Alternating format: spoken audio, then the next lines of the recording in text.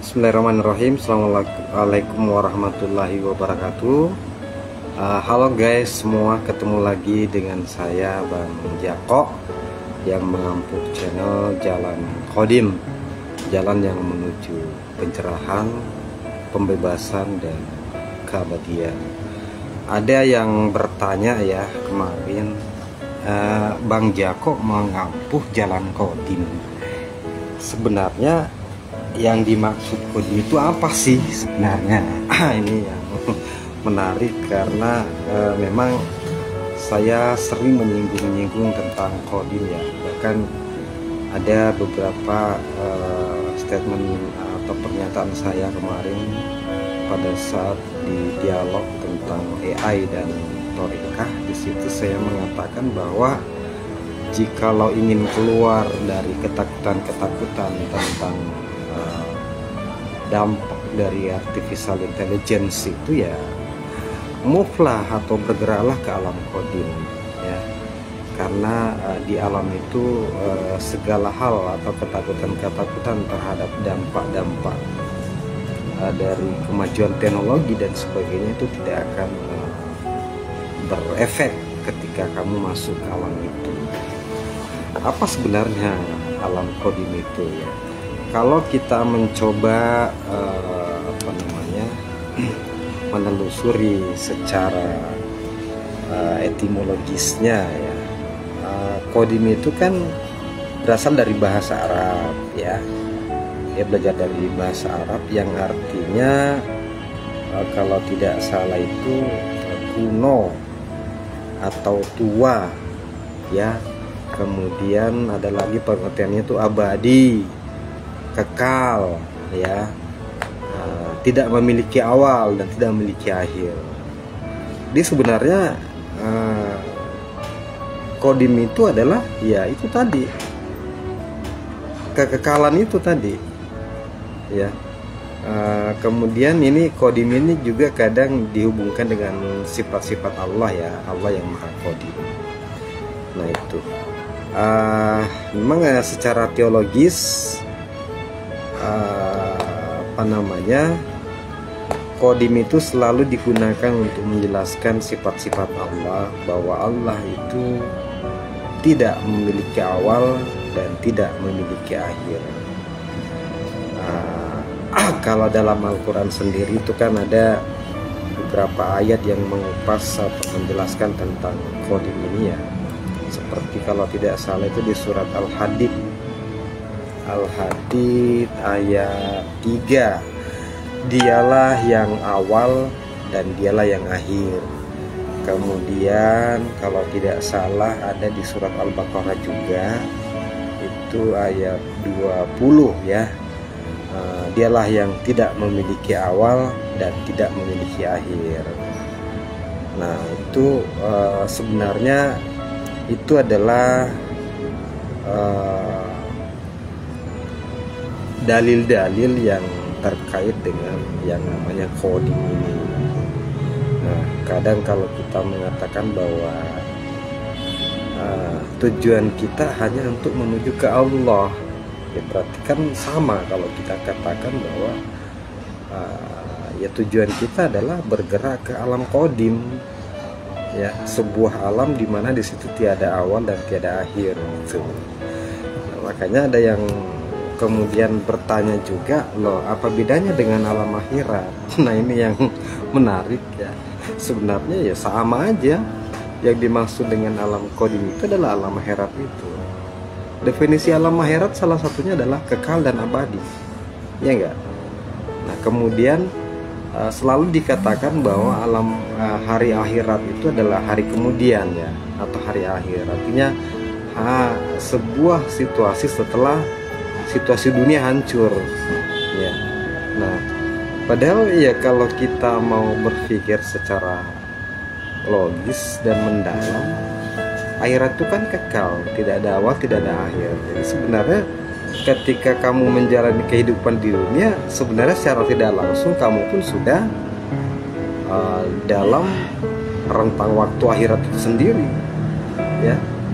Karena kalau dikatakan akhirat tidak ada awal tidak ada akhir, berarti kehidupan di dunia yang berbatas ini itu tercakupi atau terlingkupi oleh kehidupan akhirat itu, ya kan? Jadi kadang ya memang sih dibutuhkan perenungan ya, dibutuhkan nalar yang nalar yang sadar ya untuk memahami hal-hal yang seperti itu ya, hal-hal sebenarnya yang sangat-sangat sederhana ya. Itu hal yang sederhana sebenarnya, tetapi karena saking sederhananya sehingga kita kemudian lalai untuk mengambil kesimpulan yang tepat untuk itu ya. Jadi kita menganggap bahwa ya akhirat itu adalah nanti kita menikmati dunia itu, padahal sebenarnya ketika kita dalam menjalani dunia, kehidupan dunia, sebenarnya kita sudah bisa masuk ke akhirat itu. Iya. Cuman ya karena dogma yang bertahun-tahun sejak kecil ya, kita diajari mulai dari sebelum masuk sekolah dasar ya, nanti akan ada akhirat setelah kamu meninggal ya. Masuk SD, masuk SMP, SMA, sampai di perguruan tinggi pun, masuk di kajian-kajian eksternal pun semua seperti itu gitu ya, padahal sebenarnya kan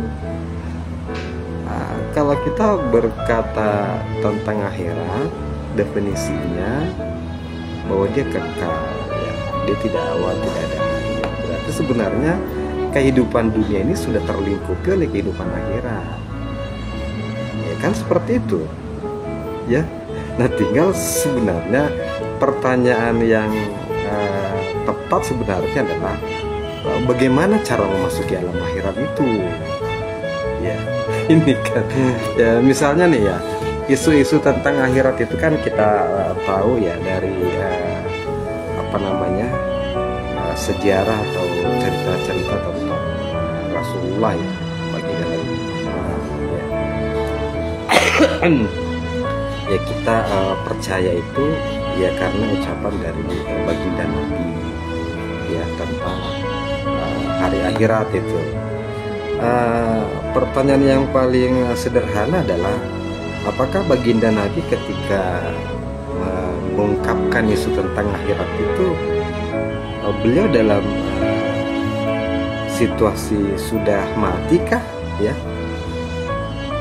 atau masih hidup ya, ataukah beliau mungkin sudah mati ya, masuk akhirat kemudian setelah itu balik lagi gitu ya, kan sebenarnya kan enggak. Jadi semua normal-normal aja kok ya. Beliau mengeluarkan isu-isu tentang akhirat itu ketika beliau masih hidup, masih sehat, masih normal ya. Beliau menceritakan semua itu ketika dia masih hidup. Artinya sebenarnya berarti baginda Nabi pernah melewati sebuah proses yang kemudian beliau menemukan jalannya untuk menembus dimensi akhirat itu ketika beliau masih hidup, sehingga beliau kemudian menceritakan pengalamannya di situ. Nah, yang diceritakan tentang akhirat itu oleh baginda Nabi itu kan adalah semua kias-kias ya, semua kiasan, karena memang di dalam akhirat itu kan adalah sebuah alam yang tidak terdefinisi, tidak terdeskripsi, sehingga untuk menjelaskannya pun membutuhkan kias-kias ya, sehingga kemudian muncullah berbagai macam kias tentang itu. Nah, jadi sekali lagi bahwa yang mesti kita cari tahu adalah bagaimana menembus alam akhirat itu ya. Kan saya kira juga baginda Nabi pernah atau sangat sering kita jumpai dalam hadis-hadisnya ya, matilah kamu sebelum kamu mati ya. Yang paling terkenal yang biasa kita sebut itu sebagai mutu qabla an tamutu ya, matilah sebelum kamu mati. Dan kita kan kalau tidak salah disuruh untuk mencari itu. Lah kenapa kita nggak mencoba untuk mencari cara mematikan diri ya? Dan saya pikir juga terlalu banyak ya perintah-perintah dalam apa namanya Al-Quran itu tentang perintah untuk membunuh diri ya. Itu banyak, bukan bunuh diri dalam arti yang teroris itu ya, bukan. Tapi sebenarnya di situ adalah ditujukan kepada mutu qabla anta mutu. Nah, kenapa kita nggak mencari itu? Nah, itu yang sebenarnya kalau kita mengaku sebagai pengikut baginda Nabi, tentu yang kita lakukan adalah mengikuti perintahnya. Salah satu perintahnya itu adalah ya matilah sebelum kamu mati. Mutu qabla anta mutu. Itu hal yang sederhana sebenarnya. Coba ya, saya coba cari ini. Saya tanya apa Mbah Meta ya. Sekarang kan kalau untuk kita mencari dalil atau ayat itu kan sangat gampang ya. Dengan teknologi AI sekarang, ada namanya Mbah Meta AI, ada ChatGPT ya, itu banyak sekali. Jadi itu yang saya maksud tadi, bahwa terlalu banyak yang berserakan di baik hadis maupun tentang di ayat-ayat perintah untuk kita membunuh diri ya. Bunuhlah dirimu ya, matilah sebelum mati ya, itu intinya. Nah, sebenarnya itulah yang menjadi pintu bagi baginda Nabi untuk masuk ke dimensi akhirat ketika dia masih hidup ya. Jadi jangan kemudian menutupi kesempatanmu untuk memasuki dimensi akhirat padahal ketika kamu masih hidup ya. Kalau kamu mau mencari akhirat setelah kamu mati, itu gimana caranya? Kamu kan sudah mati ya. Itu kemudian tadi kan penjelasan tentang qadim dan akhirat ya. Jadi akhirat itu karakteristiknya adalah kekal dan abadi ya, sama dengan qadim itu. Jadi kalau kamu pengen kekal dan abadi, masuklah ke alam qadim ya.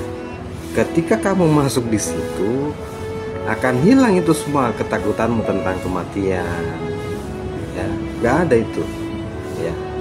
Karena memang di situ kita sudah menyatu dengan yang namanya keabadian. Ngapain lagi takut?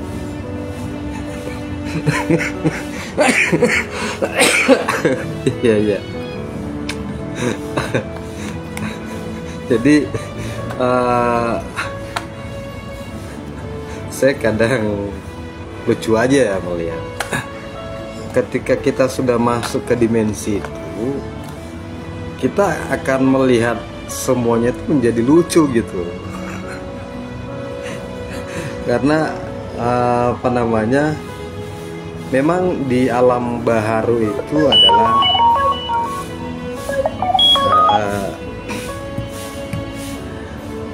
sebuah alam dualitas ya. Di situ banyak kontradiksi-kontradiksi. Ketika kita mencoba move ke alam qadim, maka kontradiksi itu kemudian hilang gitu. Yang ada adalah pandangan yang menyatukan, pandangan kesatuan.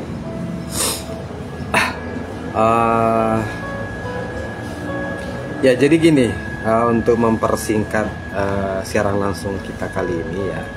Nanti kan ini kan akan berseri tentang pembahasan jalan qadim ini, karena terlalu banyak hal yang bisa kita eksplor ya tentang tema alam qadim ini.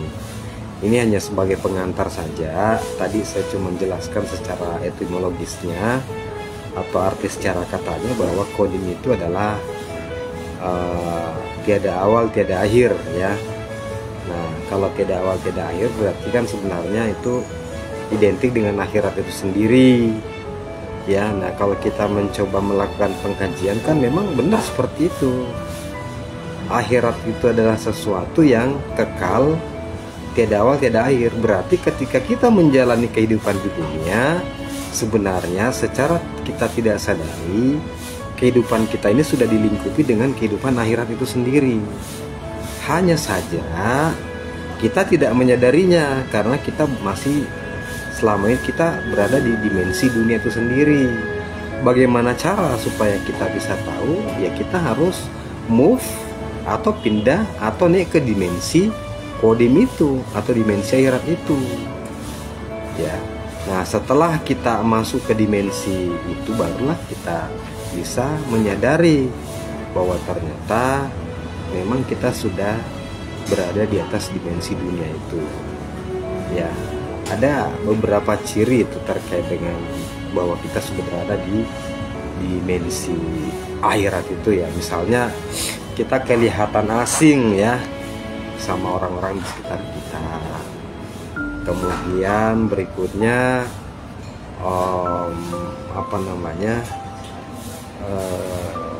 kita merasa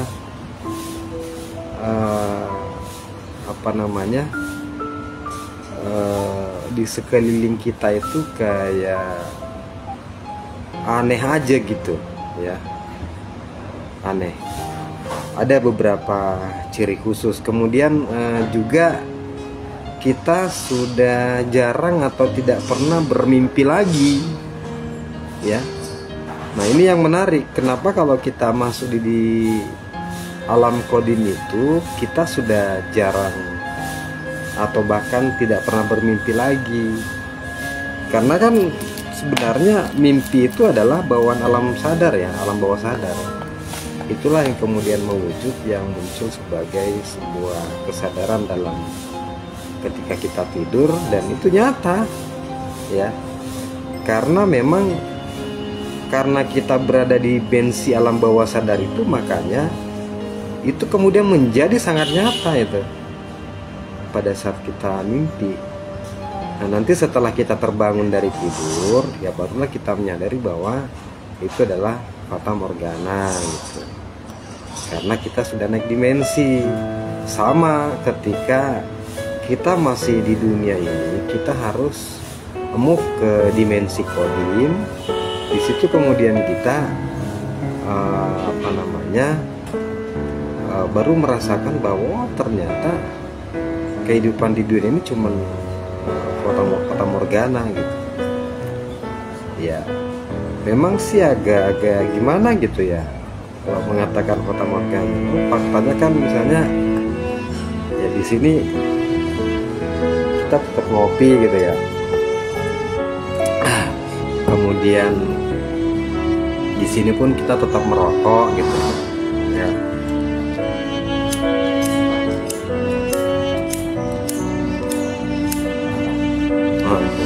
Itu semua nyata bro, bukan fata morgana. Nah ya benar, jadi sebenarnya fata morgana atau enggak fata morgana itu kan sebenarnya terkait dengan kesadaran ya. Karena jasmani kita itu masih di dimensi duniawi, lahiriah fisik, maka dia akan selalu terikat dengan kausalitas jasmani ya. Ketika kita istilahnya pengen ngerokok ya kita ngerokok gitu, bakar rokok, keluar asap, dan sudah bisa merasakan bagaimana nikmatnya gitu. Ya, yang saya maksud tadi kita naik dimensi ya, itu adalah yang naik adalah kesadaran kita. Ada sebuah kesadaran di mana yang mungkin bisa mendeskripsikan itu adalah para pelaku-pelakunya ya. Tetapi secara jasmani, secara hukum lahiriah kita masih tetap terikat dengan itu ya. Nanti saya akan mencoba untuk mengupas lebih jauh, karena ini yang menarik sebenarnya ya, tentang fenomena seseorang yang mengalami kenaikan dimensi, berpindah dimensi, tapi di satu sisi dia masih tetap terjerat mungkin dengan kausalitas duniawinya gitu. Dan kadang mereka tidak menyadari, padahal sebenarnya mereka mungkin sudah berpindah dimensi gitu ya. Karena di situ kan ada yang disebut sebagai pembaca kesadaran ya. Nah itu, jadi kalau dalam ilmu yang sedang saya jalani ini ya, di sekolah tempat saya belajar sekarang ini, memang di situ kita dibimbing ya, betul-betul ditunjukkan bagaimana caranya supaya kamu menyadari bahwa sebenarnya kamu sudah naik dimensi gitu. Ya, jadi ini yang saya coba share ya, yang kedua sampaikan ke publik bahwa apa namanya, ini hal-hal yang semestinya kita semua itu harus mengalaminya ya. Kita harus masuk ke alam rohani karena ini perintah dari baginda Nabi Muhammad. Kalau kita mengaku pengikutnya, kita harus ikut.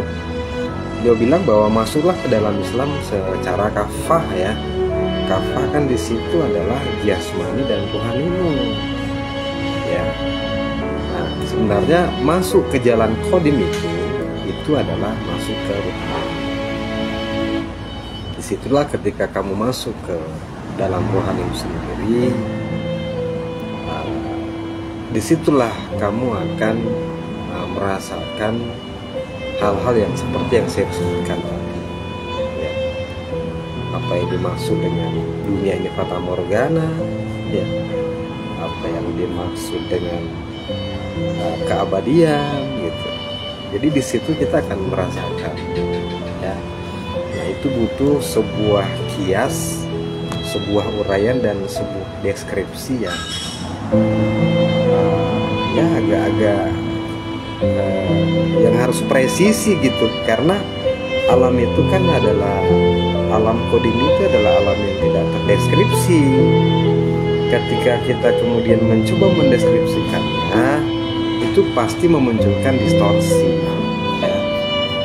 Distorsi inilah yang kemudian ketika dia semakin jauh karena jarak ya, waktu, itu yang kemudian membesar itu distorsinya gitu.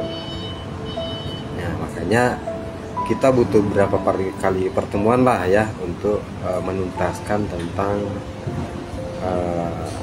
apa namanya, definisi tentang alam qadim ini, sehingga nanti di uraian yang berikutnya kita bisa lebih smooth lah ya, kita bisa lebih smooth. Oke pemirsa, di sore ini setelah apa namanya menutup warung, saya punya berkesempatan sedikit untuk menyampaikan tentang kalam-kalam qadim ini ya. Semoga ini mungkin bisa istiqomah, bahwa setiap di waktu-waktu begini saya akan mencoba untuk live menyampaikan jalan qadim ini, jalan yang menuju kepada pencerahan, jalan menuju pembebasan, dan jalan menuju keabadian. Bersama saya Bang Jako. Selamat sore. Assalamualaikum warahmatullahi wabarakatuh.